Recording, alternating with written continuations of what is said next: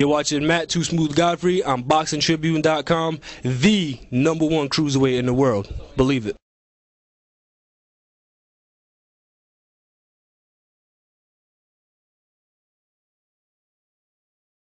You want to have a fight like this, a dominant fight against a quality opponent. Yeah, man. I mean, you got to be happy with what happened. It lets me, well, it lets you know, because I already knew where I was, but it let you guys know where I stand in this division.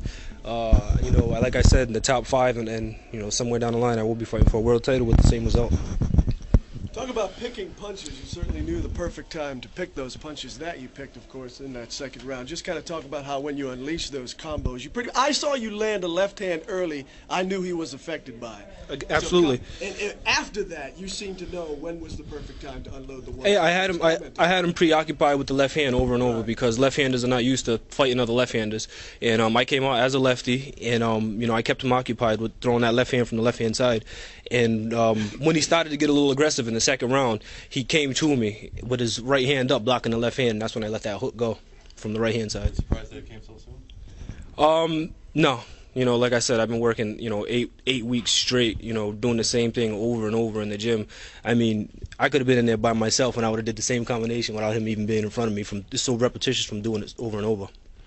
How important is it to be patient in those types of situations? Because obviously early on, you probably would not have waited perhaps to have landed that as, you know, distinctly as you did. So. Extremely patient. Every time I jabbed to the body, he kept reaching for it, and I wanted to come up with a hook so bad.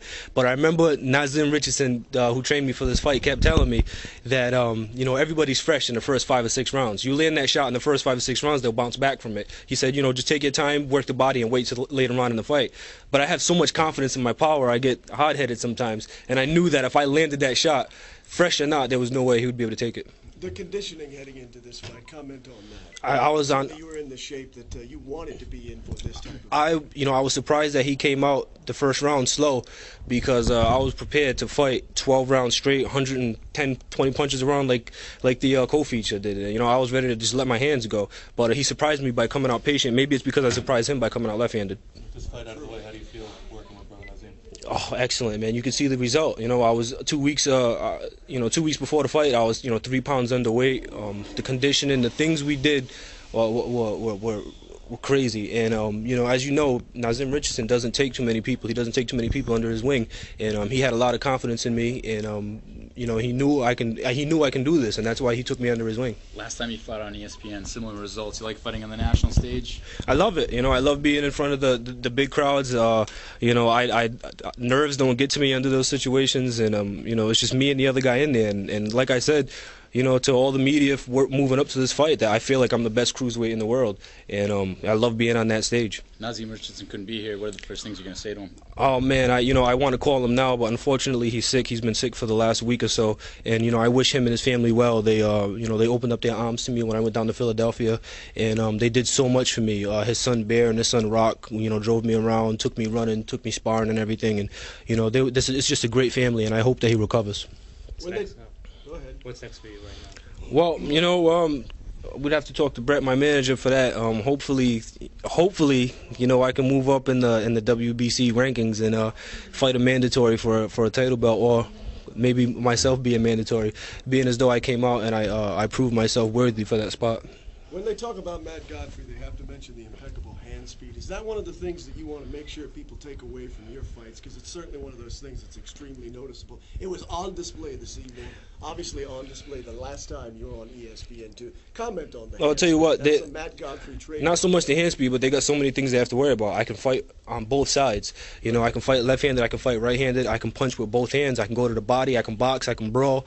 You know, I showed that in this main event fight, and I showed that last spring when I fought as a co-main event against another undefeated fighter. So, you know, there's so much for these opponents to have to worry about, and I can bet you that a lot of these guys are going to try to look past me and take an easier fight, because I wouldn't want to fight me after that. You said you weren't surprised, but you certainly looked elated when he went down in the second round. Talk about how great that felt. You know, I was happy when he went down, but you know, I know he's in such good condition that he would be able to recover if I didn't take full advantage of that opportunity. So I didn't think he was going to beat the count. You know, Eddie gave him some. Eddie counted a little slow. I was getting mad at Eddie Claudio, the referee. You know, he counted a little slow. He gave the guy a chance, and all I knew he was going to sit there and just hold his hands up, and I just figured if I broke this guard a few times and pushed his head back enough that the referee would stop it.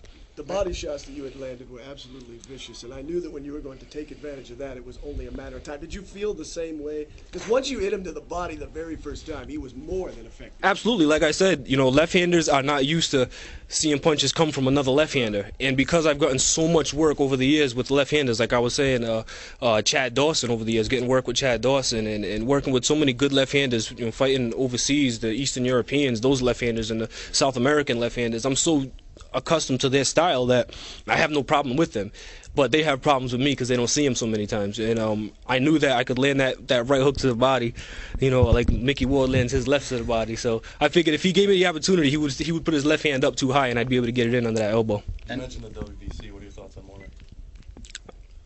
Oh, man, Mormac, the same thing will happen to Mormac that happened to Cora tonight. Positively, I tell you that now. You know, that's why it's going to take me a while, I think, to get a fight like that. The fighter out of Philly named Steve Cunningham. He's going to be fighting Vladimir for the IBF. Yeah, if I was ranked in the IBF, I'd take the winner of that too. You know, Steve Cunningham is a really good fighter, tall, rangy. You know, does a lot of things right. He's going to win the belt, which he should have won the first time. He's going to win that belt, but you know, the powers that be don't have me ranked in the IBF, so I don't see that fight happening too soon. I see maybe something in the WBA or the WBC happening soon. Hopefully, that's the plan. How disappointing is it knowing that you perhaps would have to wait? Some out there might try to duck someone like Matt Godfrey. That must make you feel a little bit angry. You would want to fight them as soon as possible, right? Absolutely, you know, but you know, I just have to, you know, stay in the gym and stay ready. You know, wait for the phone to ring, wait for my opportunity. That's what I've been doing my whole life, just waiting for the right opportunity. And tonight was a great opportunity for me against a really, really good opponent. And you know, I just have to wait for the opportunity. I can't let it bother me too much or let it get under my skin.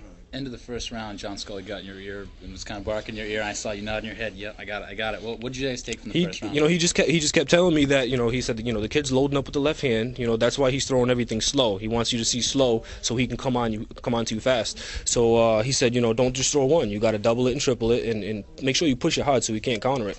And I was saying to him, yeah, you're absolutely right, because that's, you know, what we worked on in Philadelphia in camp. You know, Nazim always told me, you know, one can get countered, two or three can never get countered. So that was one of the things John told me. And you know, if you watch the first half of the second round, whenever I did jab, I always threw more than one, or I put myself in position where his left hand wouldn't be able to come over. Thanks a lot, man. Thank you, guys.